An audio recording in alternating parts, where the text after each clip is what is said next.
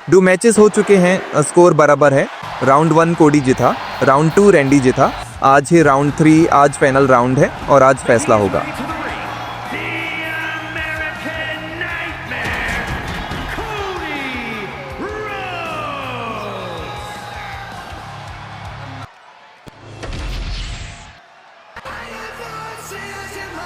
Making his way to the ring from St. Louis, Missouri, the Viper, Randy Orton.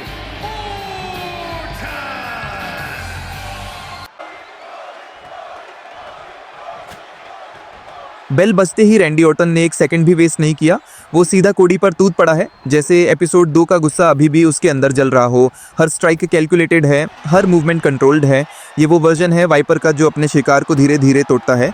कोडी fight back करना चाहता है, लेकिन Randy उसे बिल्कुल ब्रीदिंग स्पेस नहीं दे रहा। और ये रहा टर्निंग पॉइंट। कोडी रोड्स ने एक ज़बरदस्त बायोनिक एल्बो लगाया है और उस हिट ने मैच का पूरा फ्लो ही चेंज कर दिया है।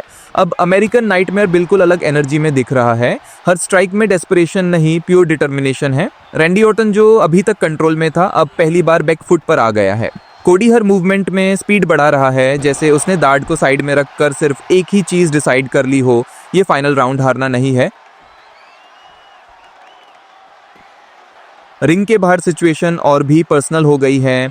रैंडी ऑर्टन ने कोडी का सर पकड़कर उसे धक्का दिया है, जैसे वो सिर्फ उसे गिराना नहीं, उसकी इज्जत को भी नीचा दिखाना चाहता हो। ये मूव फिजिकल से ज़्यादा साइकोलॉजिकल है। वाइपर कोडी को ये मैसेज दे रहा है कि वो सिर्फ जीतना नहीं, उसे तोड़ना चाहता है। ऐसे मोमेंट्स में राइवलरी सिर्फ मैच तक सीमित नहीं रहती, ये ईगो, गुस्सा और सेल्फ रिस्पेक्ट की लड़ाई बन जाती है। कोडी के चेहरे पर दाढ़ के साथ साथ गुस्सा भी दिख रहा है और शायद यही इंसल्ट उसके अंदर एक नई आग जला दे।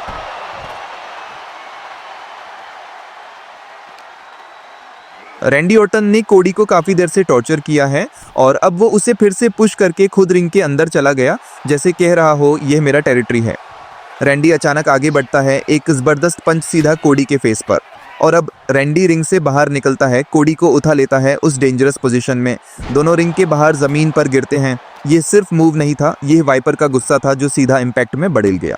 कोडी रोड्स कोशिश पे कोशिश कर रहा है खड़ा होने की, लेकिन हर बार रैंडी ऑर्टन उससे वापस नीचे धकेल देता है। कोडी के पंचेस में अब वो पावर नहीं रही, उसकी बॉडी थक चुकी है, सांस तेज हो रही है और वाइपर हर मूव को पहले से रीड कर रहा है। जब भी कोडी थोड़ा सा मोमेंटम बनाता है, रैंडी एक नौ अटैक लेकर आ जाता है। ये कोडी की बड़ी कोशिश, पर रैंडी कोडी को कमबैक करने नहीं दे रहा। कोडी रोड्स ने अचानक जर्मन सुप्लेक्स लगा दिया, रैंडी सीधा मट पर जा गिरा। कोडी मोमेंटम लेने की कोशिश करता है,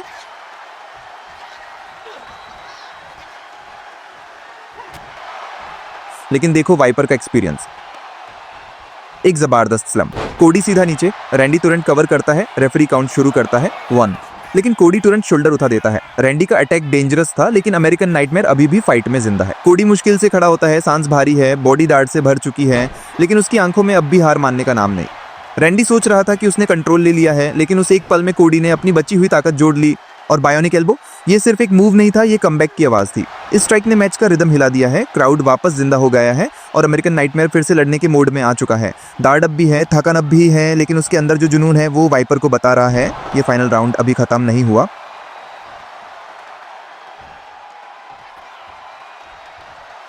कोडी रोड्स अब रुकने वाला नहीं लग रहा। वो सिर्फ कमबैक नहीं कर रहा, वो पूरी मैच का फ्लो ही पलट रहा है। हर मूव में अर्जेंसी है, हर स्ट्राइक में वो गुस्सा और डिटर्मिनेशन दिख रहा है जो सिर्फ फाइनल राउंड में आता है।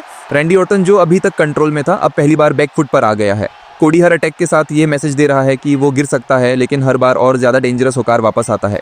क्राउड की आवाज़ बढ़ रही है, मोमेंटम शिफ्ट हो चुका है और वाइपर को अब समझ आ रहा है कि अमेरिकन नाइटमेयर को ख़त्म करना इतना आसान नहीं होगा। ये कमबैक सिर्फ सर्वाइवल नहीं, ये वॉर का जवाब है।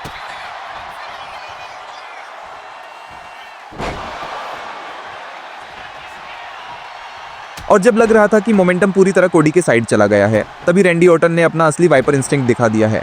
वो थका हुआ ज़रूर है, लेकिन उसका एक्सपीरियंस और रिंग अवेयरनेस अब भी जिंदा है। कोडी ने थोड़ा सा स्पेस दिया और बस वही एक सेकंड रैंडी के लिए काफ़ी था। अब वाइपर फिर से कंट्रोल ले रहा है, हर स्ट्राइक धीरे, कैलकुलेटेड और दार्ड भरा। ये गुस्से का कमबैक नहीं, ये सर्वाइवल का कमबैक है। रैंडी जानता है कि अगर उसने अब मोमेंटम नहीं लिया तो ये राइवलरी उसके हाथ से निकाल जाएगी। ओ नो, रैंडी ने एक छोटी सी गलती कर दी और कोडी ने मौका पकड़ लिया। अमेरिकन नाइटमेयर ने रैंडी को पकड़ा, घुमाया और पूरी ताकत के साथ क्रॉस रोड्स लगा दिया। बीच रिंग में वाइपर सीधा मट पर गिर गया। इतने लंबे वार के बाद ये मूव सिर्फ फिनिशर नहीं, ये पूरी राइवलरी का जवाब था। कोडी के चेहरे पर दाढ़ भी है, थकान भी है, लेकिन उस पल में सिर्फ एक चीज थी, जीतने का जुनून। और देखिए, कोडी रिंग के नीचे हाथ डाल रहा है और उसने निकाल लिया है एक हॉकी स्टिक।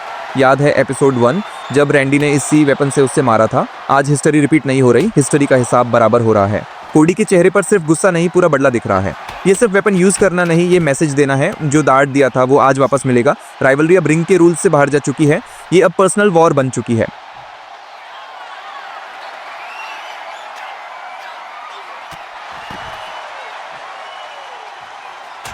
अब ये मैच कंट्रोल से बाहर निकल चुका है। कोडी और रैंडी दोनों एक दूसरे पर टूट पड़े हैं।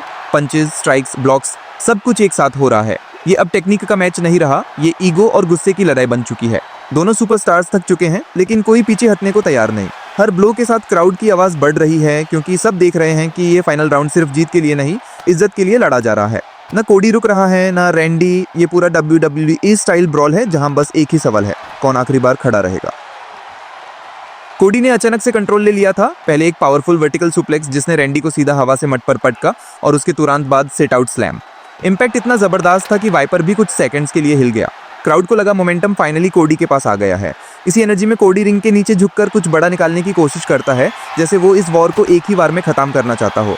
लेकिन यही एक सेकंड उस पर भारी पड़ गया।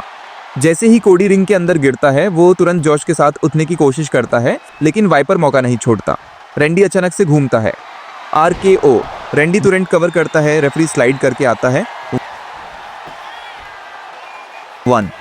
लेकिन ये क्या, कोडी ने तुरंत शोल्डर उठा दिया। इतनी बड़ी RKO के बाद भी अमेरिकन नाइटमेयर अभी जिंदा है। क्राउड फट चुका है, रैंडी खुद शॉक में है और ये मैच अब लेजेंडरी लेवल पर पहुंच चुका है।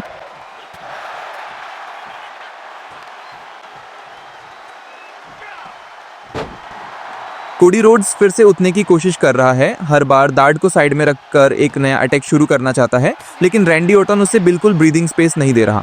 जैसे ही कोडी थोड़ा सा मोमेंटम बनाता है, वाइपर तुरंत उससे रोक देता है, कभी एक सडन स्ट्राइक से, कभी एक स्मार्ट काउंटर से, कभी उससे वापस मट पर गिराकर उसकी सारी एनर्जी निकाल देता है। कोडी के अंदर जुनून अभी भी जिंदा है, लेकिन उसकी बॉडी उसका साथ देना धीरे धीरे छोड़ रही है।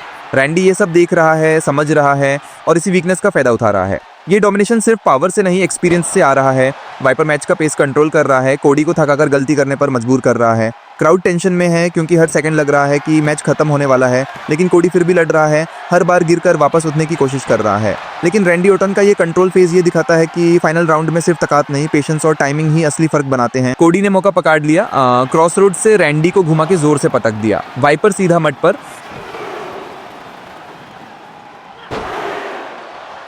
और देखो कोडी को वो सिर्फ कवर नहीं कर रहा, वो रैंडी की छाती पर बैठ कर लगातार पंचेस मार रहा है, एक के बाद एक स्ट्राइक्स, जैसे सारा गुस्सा, सारी थकान, सारी फ्रस्ट्रेशन अब बाहर आ रही हो। अब किक्स भी, एल्बोज भी। कोडी बिल्कुल रुक नहीं रहा। ये कंट्रोल्ड अटैक नहीं, ये प्योर इमोशन का ब्लास्ट है। अमेरिकन नाइटमेयर ने डिसाइड कर लिया है, ये फाइनल राउंड वो किसी भी कीमत पर जीतेगा। कोडी ने रैंडी को नीचे दबा लिया है। 1 2 3। कोडी रोड्स ने जीत लिया फाइनल राउंड। क्या कमबैक था, क्या फाइट थी। अमेरिकन नाइटमेयर ने सिर्फ मैच नहीं जीता, उसने पूरी राइवलरी जीत ली। रैंडी ऑर्टन ने हर चीज़ दे दी आज, लेकिन आखिरी पल में कोडी का जुनून भारी पड़ गया। ये थी कोडी वर्सेस रैंडी की कहानी का आखिरी चैप्टर। अगर आपको ये WWE 2K25 स्टोरी सीरीज पसंद आई हो, तो न्यूमन चैनल को सब्सक्राइब करो और लाइक ज़रूर करो।